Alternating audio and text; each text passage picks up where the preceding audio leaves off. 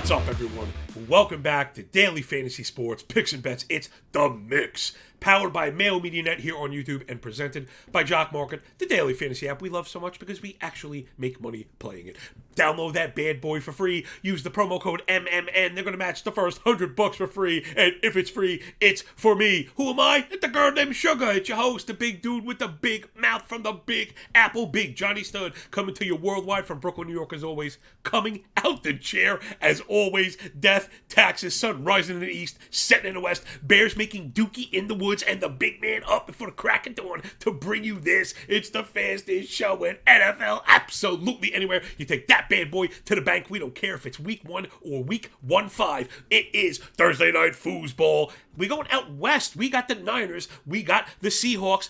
Actually should be a really good one, believe it or not. Seahawks on the downtrend. We're going to get into it with all the nuance and the context that you get here at Mayo Media Net. Please rate, review, and subscribe. All that good stuff that matters more than it should. And in a few minutes after I put on a clinic, I'm going to ask you to stick your cartoon finger right up and inside me. Woo! Whoa. All right, let's just get into it before the show gets off the rails, before we are even on them. We are starting it up, as always, with your blue chip stocks, brought to you by Jock. Love that app. We're using Run the Sims projections to come up with the highest projected players on every slate. Love that site as well, man. If you haven't jumped on, I'm telling you, it takes your game to the next level. You start adding in some of the stuff we're doing here, the X's and the O's, the analysis, and all that other stuff, application, and whatever, all the nuance that we're bringing here. Me banging the drum, blowing the harmonica, the one-man band doing it as always. Let's start up with the 49ers up top. Yes, it's Christian McCaffrey's shock to the world, projected like it's just ridiculous, like 30% higher than anybody else on the slate, and with good reason, right? The new quarterback with Brock Purdy for the 49ers. Seahawks defense also not so good on the ground. We'll get into that. We find a nice kind of groove in this season, right? All the listeners, man, I really do appreciate it. Thank you so much. A lot of shows have just had their viewership lopped, almost to nothing. And though, it's down a bit from the beginning, we're really holding on strong. And even like that like to view ratio, these are the things that we hear about behind the scenes. It is rocking and rolling. Thank you all so much. Let's get down and do it to it. After McCaffrey, it's Brock Purdy. 16.4 down to Brandon Ayuk at 12.2. George Kittle at 9. Jordan Mason, 7.6. Remember, we use these projections. We go over them. Have that begin to allow the system to tell us a story. We're going to get into our analysis. We're going to combine them all in the second pillar with the cost analysis, and then come up, hopefully with some money-making ideas. So you can look at the 49ers. It's basically a lollipop, right? It's all right at the very top with McCaffrey. Again, the Seahawks defense has been a bit of a run funnel. We'll do that in just a second. But the Seahawks, first, it's Geno Smith at 18. Well, he's not scared of anybody. He's been pretty good through the air. The 49ers did sit on them and beat them down early on in the season, but that was kind of before the Seahawks really kind of found their groove. They have had a lot of ups and downs, but I think that's to be expected because they're very young, right? They're a very young team, and it's really still kind of new there, but I think they've been really good. Kenneth Walker is also going to play. He's fourth on the list. So Geno at 18, down to DK at 17, Lockett at 14.2. See here, right off the bat, I'm going to be pushing up against this. We'll cover it in the second pillar when we do the granular pass-catching stats. I have Lockett above Metcalf because of the zone use from the 49ers. Again, we'll do that in a little bit, but Metcalf and Lockett always very similar. I tend to be a Lockett guy. I think the more explosive plays are there. Metcalf has been a volume dude, but I like him more against man coverage. And it's Kenneth Walker at 10. It's very hard to run against the 49ers at all. Then down to Noah Fant at 7, though. The Seahawk tight end room is really, it's anybody's guess. We could do that in a little bit too. It's anybody's guess. I just couldn't find anybody to pop. Let's do some of the defensive stuff. Again, if you're unfamiliar with me and my work, get me at John Laghezza on Twitter, Laghezza. Check us out at Mayo Media Net. Everything is kind of whatever, all connected. You could check out the graphics, but also I'm still bringing the smoke on the Patreon page for the true degens. I figure, if you're watching this stuff, you're probably sick in your head. So, right by the time we're at week 15, you check out the Twitter page. We'll send you to the Patreon page. All free, though. There's no money.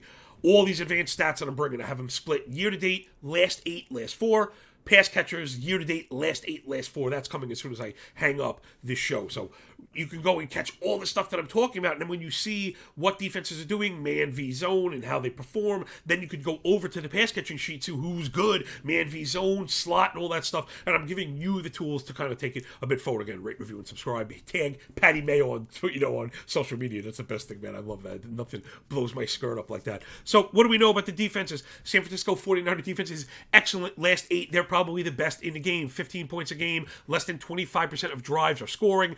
I mean, check this out. 64.5 rush yards and a 78 opposer passer rating allowed. Notice how with the passer rating and not totals, the 49ers have been blowing people out, so the pass totals are there, right? Allowing 24 completions and 250 yards a game. Those are in the bottom third. However, 8 yards a reception is very, very good. And like I said, 78 opposer passer rating, allowing only 63% completion rate. They forced 12 interceptions in that span. And then the last 4, 49ers getting even better. Taking a look at the more granular stuff, they're really, really or at least have become, I should say, they're always a zone team. As of late, more so as we progress through the season, we're seeing that too high number really start to kind of creep up now. Where it was in like the high 20s, we went to the low 30s, now we're up into the like high 30s. So remember, we talk about this stuff all the time, X's and O's, and how to apply this stuff again. You want to use this stuff going forward. That's what I'm here for, right? To make you smarter and better. Hopefully money today, but money months from now. The Niners play a ton of zone and now a ton of too high. Right, so keep that in mind because that's really the kind of stuff that we want to apply. Again, when we talk about a lot of zone coverage, right, so when we talk about they play a lot of zone, that number is up in the high 80s, and when you count fourth and shorts or all that other stuff, it's almost absolute. When we talk about a lot of man, remember that number is probably up in like the high 30s or 40s, but the same to be said for the too high. When we talk about a lot of too high, that's like a third, right, that's a lot, because those are like these kind of deep, man, that's the whole concept. I'm not saying prevent, but it is preventative in nature, right? Stylistically, it's preventative. So that's a lot, right? So the 49ers are kind of telegraphing exactly what they want to do. They're going to allow you to operate underneath if you can get there, right? They're not going to run the blitz, one of the lowest in the league, 17%. They're not really getting a lot of pressure, lowest in the league. And they're even allowing a touch to the slot receiver, although it is through volume. It's been 8.5 receptions per game, last 4, 84 yards, but, no TDs, and the EPA is very good. Again, the 49er defense is very, very good. So keep that in mind, but I think that's the picture that we want to look at, which is why I mentioned briefly the wide receivers for Seattle, that 49 is going to give you a ton of the zone. I think we want to look for that. Again, Geno is not going to be afraid. The thing is, with Kenneth Walker back, he has logged a full practice. Gosh, I really love Kenneth Walker, but coming off the injury with the 49er run D, I'm not really sure what we can expect. I mentioned the running yards, but it's more than that. This last month, 3.1 yards per rush, 0.88 yards before contact per rush. Those are all like in the top 5. So, the 49ers are awesome. So you're going to expect the Seahawks to probably operate underneath. Again, we'll do the offense in a little bit, but just keep that in mind. Seahawk defense, flip side, let's do it. Last 8. It's a mixed bag for the Seahawks. Again, they're a young team. They're very good at the corners. Tariq Woolen is excellent, youngster. And if it wasn't for my boy Sauce, he'd probably be getting a lot more attention as far as rookie coverage goes. But let's do the Seahawk defense. A lot of average stuff. 24 points a game, 350 yards a game. Those are all average. Neutral EPA per play, right at 8.00.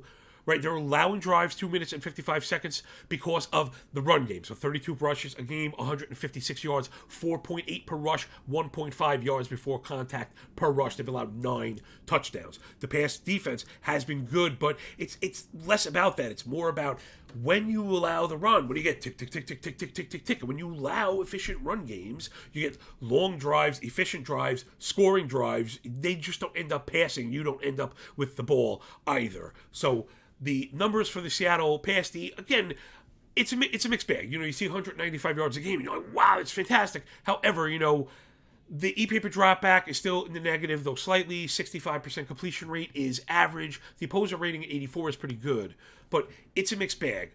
The Seahawks, though, we talk about the man zone splits again. A lot of the stuff that you get here that I don't think you get everywhere else. I really, really try and bring the smoke. Trust me, you don't think I know there's a ridiculous amount of football content, and some of it, very little of it, but some of it is actually very good. So we want to try and keep up with that. You know, I don't care if I'm new. I want to be the best, and we want to be the best. Like, we want to know if someone were to hear you talking in the bar about football, be like, wow, man, you hanging out with Johnny Stud? Or what? You know, because that's what it's all about. Seattle, really one of the most extreme zone teams, and actually is the most extreme zone play in the league, pairing it with 30% too high as well. So keep that in mind. 86% zone coverage. They're going full on zone. They're focusing on the run. They are really getting smoked up front by the run. So what does that mean? Right now that we laid out our defenses, that's, for me, that's the foundational brick. My baseball work, it's pitching. For football, for me, it starts with the defense, right? Because I feel like good defenses, which especially with the 49ers we have, are imposing their will, right? In particular, when it's a strong run D, right? That's like an oppose, right? Because that's at the point of attack. We're in the trenches, opposing will, pushing forward, right? The infantry pushing forward. With these bad battle analogies, but 49ers going to be looking to run, so we want to have to circle McCaffrey on the ground. He's getting all of the work, and to a lesser extent, keep an eye on Mason if you think that we get the blowout. I mean, CMC, they're in full playoff mode. They brought him in to win the title, and now without a quarterback, they're like, oh, we're going to baby this guy. We're not going to baby anybody with Debo. Expect full workloads for Christian McCaffrey, you know, to handle everything. Okay, and once they're up 10 points, 14, let's call it 14 points, then you'll get Jordan Mason. That's what this is going to be. For the 49ers, to me, they're telegraphing it. This is a race to 2 scores, and then you get Jordan Mason, who has been very good, and the run game for the 49ers also is very good. So keep in mind McCaffrey, and then we're going to cover the zone with the pass catchers. As far as the Seahawks go, we want to be looking for who is going to operate against the zone. Again, it's going to be very difficult to run. Interesting to see if they abandon it, if they try like a counter, right? Like these stunted runs, because you could do that too, right? If you have trouble running in the middle, you could try counters, trying to bring the defense in and almost get around them, or draw, right, where you're keeping it, or RPOs and stuff. Just anything that create a kink in the timing for the defense. I don't know if we're going to get that, especially with Kenneth Walker just back. What I think we're going to get is the Geno Smith show. I just think he's going to be throwing the ball all over the yard. They know they got the zone. Geno is also very good against the zone. Let's do that in a second because we're running a bit long. We're going to start the second segment with the quarterbacks, get right into the pass catching stuff because, spoiler alert, 49ers versus Seahawks is more about the blue chips than it's about the penny stock. And I'm the world's nefarious cheapskate. But there are times where we have to know that this, right, the 49ers, it's McCaffrey, and it's Ayuk, and the Seahawks, it's Geno, Metcalf, Lockett, and you'll see what I think it's like Lockett. So for me, it's very highly concentrated at the top. We'll be able to skip past a lot of the guys at the bottom, and boom, that will do it. There are your blue chips, brought to you by Jock. Holy cow, is there another show like this? Nothing like it anywhere. If you agree, come on, get up in the comments, let us know. That stuff just, believe it or not, I think I learned that, but someone told me bad comments are better than nothing. So hey, there you go. If you don't like me, let me know how much you don't like me and help me out in that way. So, all right, let's do the penny stuff, the cost analysis stuff, but first, let the big man just catch a big breath, because man, this stuff ain't easy. All right, second pillar of profit, penny stocks, brought to you by Jock Market, doing our cost analysis stuff.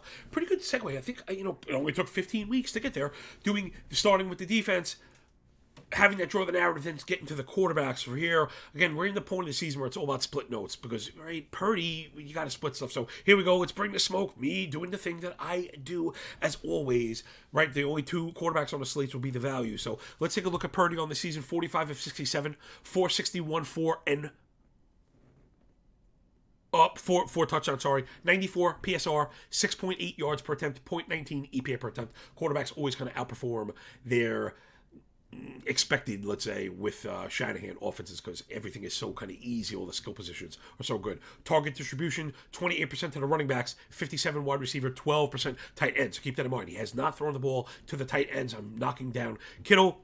Debo at the top of the list, right? So these are the target share. This is the distribution with Birdie thus far year to date. Debo leading the way, 15 targets, 10, 4, and 1, but he's out. So CMC next, 13 targets, 10, 144, and 2. Hachi, Machi, Liberace. Just got to get with McCaffrey. He's obviously like the lead across the board. Get all the underdog props, all the overs, everything that you can find on McCaffrey. He should be ridiculous, again, until they hit the 2 touchdown mark, if you think they do, right? So remember, keep that in mind with your narrative. I don't know what's going to happen, but once you draw up the story, stay with that. And I think that's what's important. Then after that is Ayuk, right? Keep that in mind. 12 targets, 7, 107, and 1. He also has double the air yards of anyone else on the team with Purdy. And then it's down to Kittle, 8 targets, 6 for 50. He's been very good against the zone, this Purdy, because right, we mentioned we're going to see extreme zone play. So I'm going to isolate that. It's a short sample, but it's all I got. 34 of 48, 371, 1-0, which is pretty good. 100 PSR, 7.7 YPA, 0.28 EPA per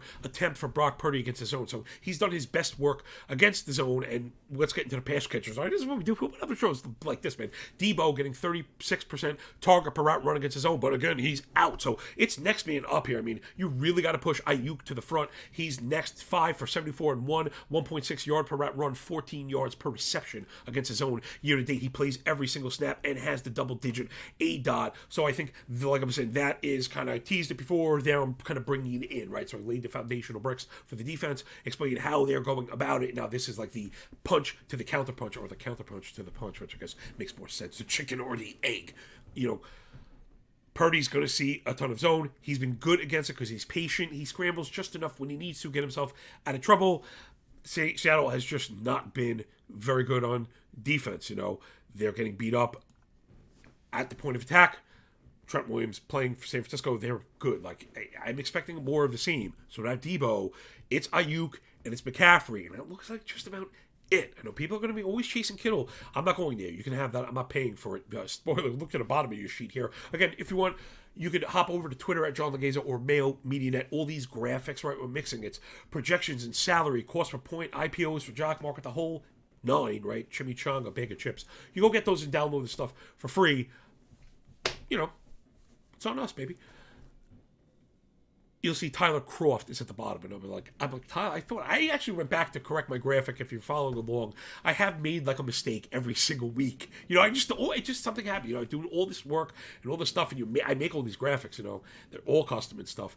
And I went Croft. I didn't even know what team he was on. I thought maybe he was part of the Seattle mix for a little bit. I know he was with my Jets last year. It turns out he's with San Francisco. I don't even know why he's projected or on this. So you can forget those guys. I don't want anything to do with anybody on this. Ray McLeod is on this. Juwan Jennings on this list. If you skid it down to the bottom, we don't want any of those guys, right? They're not getting looks, especially from the young quarterback who I think he understands how important this is, right? He's not just taking over a team. He's a very competitive team with Super Bowl expectations. He's going to be hitting easy buttons. They're going to set him up for layups. He's going to take them. I'm just not seeing the McLeod or the Jennings projections getting there. I guess while I'm on the San Francisco stuff, we could do it. You know, look at pass catchers. I got last 4. I got last 8. Again, let's just do last 4. Debo Samuel again at the top, 31 targets. After that, it's McCaffrey and Ayuk, 26 and 24. You know, after that, I mean, Jennings has 15 targets on 90 routes run. He's only playing 33% of the snaps.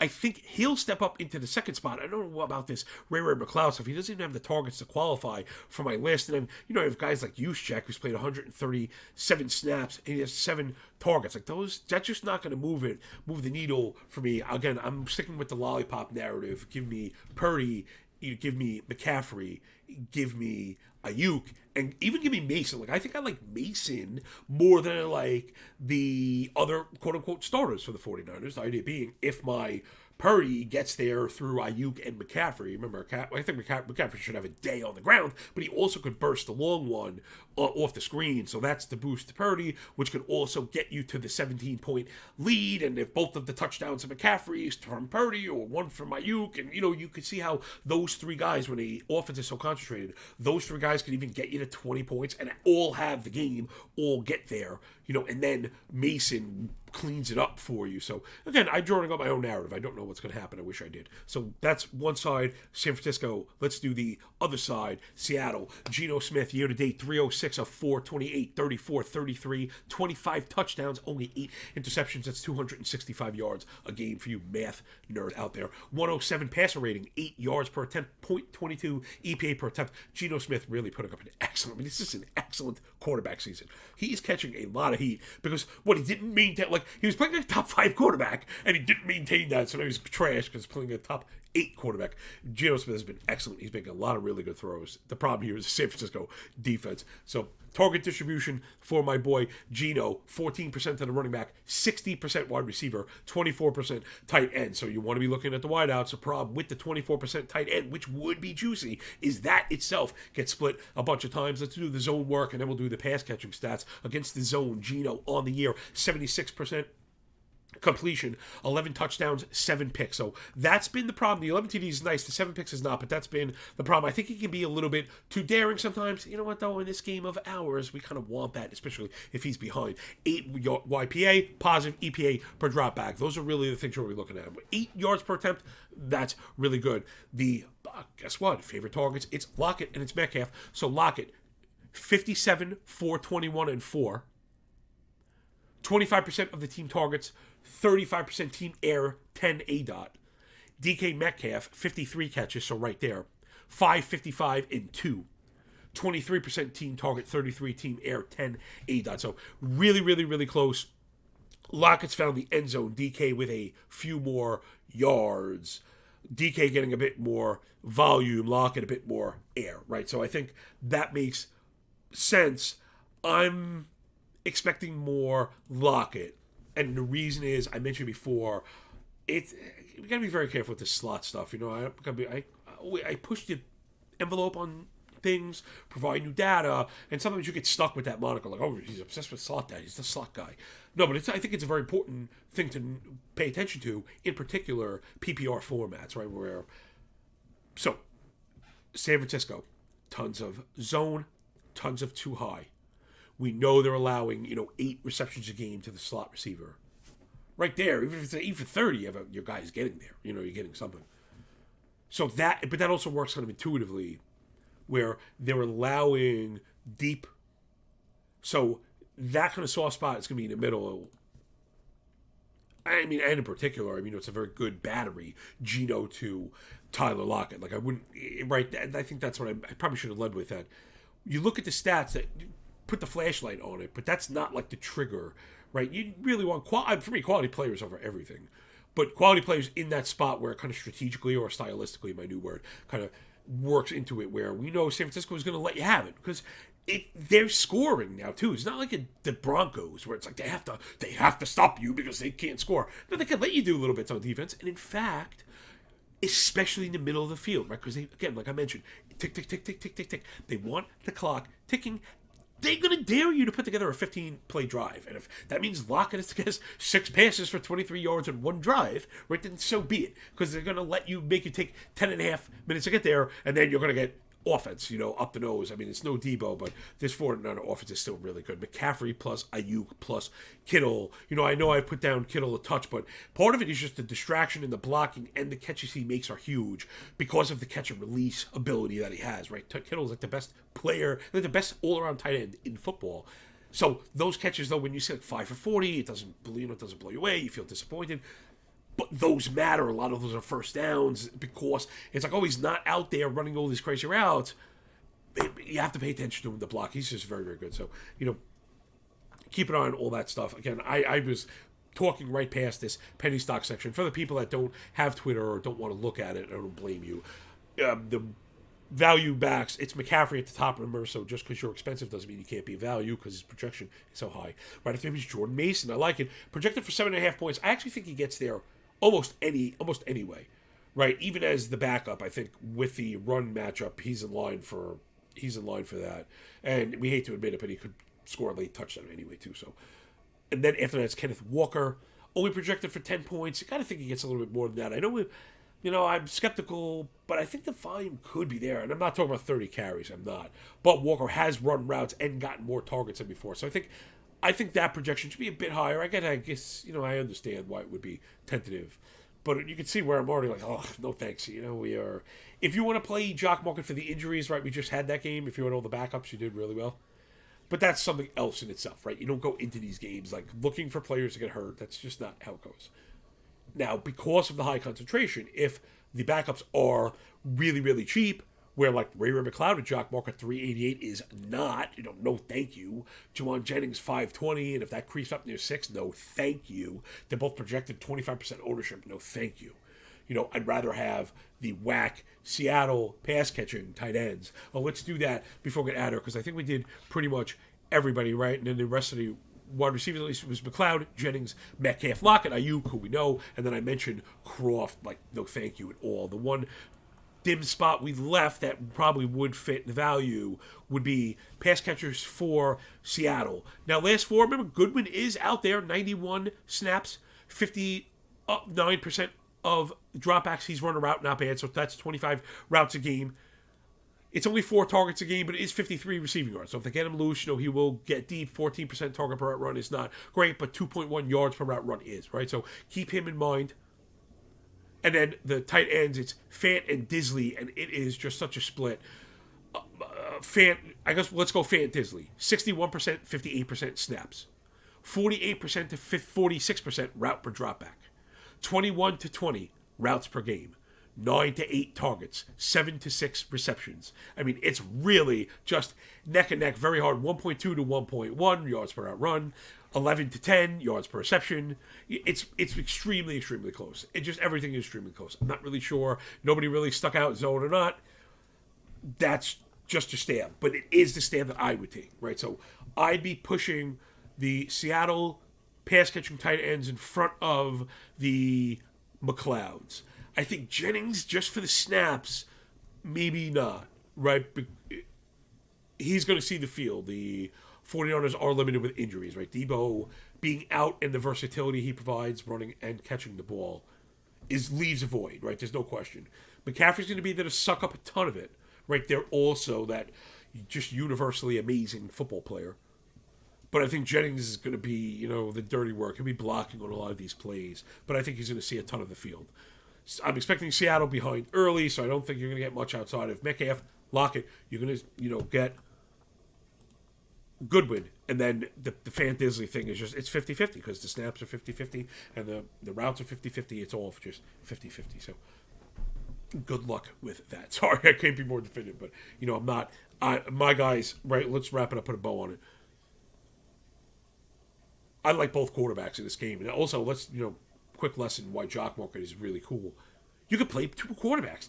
Quarterbacks kill you nowadays. That's the funny thing about DK, right? You only get 1 QB because it was always, they're all the same. Well, they're not now because we have quarterbacks that are going to differentiate. So, meaning you end up in a scenario where there's a slate. If you don't have the right quarterback, you're out. So now you have that option to expose yourself, right? An option I like to take, exposing myself. To more than one quarterback, but to get serious, with the running guys, it makes a lot of sense to in Jock Market slates to get some Josh Allen and some Jalen Hurts, some Patrick Mahomes. Makes a lot of sense. Whereas in DK, if you miss the right guy, you're kind of out. So, there's just another reason why I do like Jock Morgan. Why we were able to do well. I don't know, I think I made money on him at least maybe 4 or 5 weeks in a row. Which happens as we start splitting stats and other people don't. So it's both quarterbacks. It's McCaffrey and Mason. I'm off of Walker, though I think I could get there while I'm keeping an eye on the IPO, I guess. McLeod and Jennings, thanks but no thanks. If the Jennings IPO comes in below 5, maybe. If it's over 6, no thanks. Metcalf and Lockett, the $11 is probably exactly what you're going to get. You could see them getting, Lockett maybe. I think he went 9 for 107 in the first matchup, right? They did meet earlier on in the season. San Francisco squashed him, but again, it was a while ago. It was a different team. And with Kenneth Walker, though we're not expecting a ton, let's not understate the functionality of having a proper running back and what that means to the team and the flow, okay, right? So even if he's not ripping off giant runs, I'm not really expecting that. It makes a difference having Kenneth Walker over Travis Homer. Not to knock him, he might catch a few balls if they end up down a bunch, but it's not the same, right? Those two things are not the same. Tight end, here's another reason why you like Jock Market. You don't have to play any, right? DK, they've kind of forced you to. Why do we want to be forced to do anything in this life? I don't like to be pushed around. So my tight ends is why not any? Why none? But if I had to, I don't know. I guess it's Kittle. It's Kittle, but you're gonna pay. So at price, maybe it's Fant. Possibility for explosives. I don't know. Right? He's more explosive than Disley, so that would be it. Just the reason why. But my true answer is neither. No thanks. Nuka nada yet. And that will do it for the penny stock section here. I think we're doing pretty good. I'm feeling very confident about the slate. I like the concentration. I like the way it's laying out. I think we're going to get some safety. I like McCaffrey on the ground, and I like Geno to be able to work kind of underneath and into the slot. So keep that in mind as we get ready for some props. But first, before we get the ball in the goal-to-go situation and we get the big man to punch it in so I can do like my little Icky Woods thing, just give me 1 second. Got to take a breath, man. I'm telling you, this is harder than it looks. All right, Week 15, Thursday night foosball props brought to you by Jock Market. It's a 4-pack for you, and I don't think there's much to be said here because we laid it all out. And I think, again, the last piece, as the first time I've really ever done a football show for the public, I know what I want to say, but then you have to do it and incorporate all the graphics and stuff, and I think this is kind of my logic train here, right? So now we did the analysis, we did the defense, we built the building bricks with the schematics we're expecting, the offensive answer, and now the props, right, is the finish of that. So we got Geno Smith over 21 completions. Again, this one is juiced, and I'm sorry, I could not find an alt prop. If I can find an alt prop, I'd prefer it. This one just feels really way too low. I'm actually paying this $125. Geno Smith over 20.5 completions each of the last 6 games. San Francisco defense has allowed an average of 24 completions over the last 8 and 25 completions over the last 4. Again, the zone coverage, they're going to do that. They're okay with that, and it's a good offense. So it's not just, they allow it, and, some terrible quarterback to back up on whatever, the third string in Baltimore. Right, if this was the third Anthony Johnson on Baltimore, maybe even Huntley, well, I'm not sure I'm so hot on anymore, I'd probably be saying, nay, Geno to Lockett is really, really efficient. So give me Geno over 20.5 completions. I think we get there with ease, right? This one could run up to the 27, 29, like easily, especially on the game script, right? The kind of thing, like I mentioned, facing the too high, facing the zone, especially late in the game. There's you get 6 or 7 at once. So how is it going to get there? With the next prop, Tyler Lockett over 70 reception yards. This one is an alt prop. Again, I love the alt props. I want the plus odds. Plus 70 receiving yards, and that's at plus 120. We just know that's firmly in Lockett's range of outcomes. He's the target leader pretty much across the board, the best zone receiver with the highest yardage against the zone. 70 is just, what he does. He did fall short last week and 3 weeks ago as well, but it was 68 against Vegas. Let's not ding him for that. I think we're going to see some of those outputs that we saw more against other teams like, the Saints and these 49ers. Other side, Brandon Ayuk, I mentioned he's playing every single snap. He is the favorite target today. 60 yards seems really attainable. The Seattle pass D has been stingy. I get it. Woolen is good. These guys are good. But the way San Francisco operates, it's never that simple with them because they do so much moving around. You'll see him pull from the far side right across, and all of a sudden you're switching defenders, and you have to keep up with Ayuk across the field going east to west, right? So I think that's what I mean. San Francisco will beat you east to west, not just north and south. So give me Ayuk. I think he's going to get peppered. This is the first level. If you want, I don't know if we're going to get to 70, 80, 90. If you do, you get beautiful odds in that. But I took the first one, plus 60 receiving yards for Ayuk at plus 118 odds, and then wrap it up with CMC on the ground plus 90. This one is also the alt prop, so alt rushing yards plus 140. I think this is a possibility again to get over 100. I didn't want to go to the 100 because I was worried about the game script a bit. I've kind of alluded to that. I'm not sensing the blowout. I think McCaffrey's going to be in this one, and I think the spread speaks to that. Being at 3 points and not the 5. To me, this felt more like 5, maybe 5.5. And I guess it's the backup quarterback. So if the books are correct, and oftentimes they are, this one stays within a field goal, and we get McCaffrey the entire game. And if he's running against the Seattle defense for 4 quarters, we'll go over 90 yards. That will do it for the fastest show on NFL absolutely anywhere. Thank you so much. Rate, review, and subscribe to the audio-only pod. Remember, as the season wraps up, 5-star reviews are the things that will bring this show back next year. You know, we bring it to you for free. Stick your cartoon finger inside me. How about that for an even exchange? You know, I hate to ask for it. It really is just, it matters like so much. It's absolutely ridiculous. It matters way more than how good the show is. So just to give you an idea of content creation, you know, get people to stick cartoon fingers, press cartoon like buttons, and leave 5-star reviews, and that will get you to the front. Oh, the line, thank you for picking up what we're putting down here at Mayo Media Net. Hit all the buttons, press all the things, jump on over to Twitter and grab the graphics, then jump on over to Patreon and check out these sheets. They are ridiculous. I mean, if you are considering yourself sick in the head, if you think you're a degenerate and you'd like to see a bit of more of this stuff, and you know, if you're familiar with my work, it is like the most OCD, organized, formatted, granular stuff. Of course, what else would you expect? But if I'm going to give you a tool, I want to make sure that anybody can use it, and then let me know. The feedback means a lot. In fact, the reason it's gotten so good, in my opinion, is because of the feedback. People get back to me, they tell me what they want to see, and I add it, fix it, adjust it, and all that stuff. So boom. Enjoy your holiday season, man. Enjoy the game. Enjoy your day. When we're done with the book, enjoy that pay. And remember, when you work this hard, it feels a lot less like luck, yo. Peace.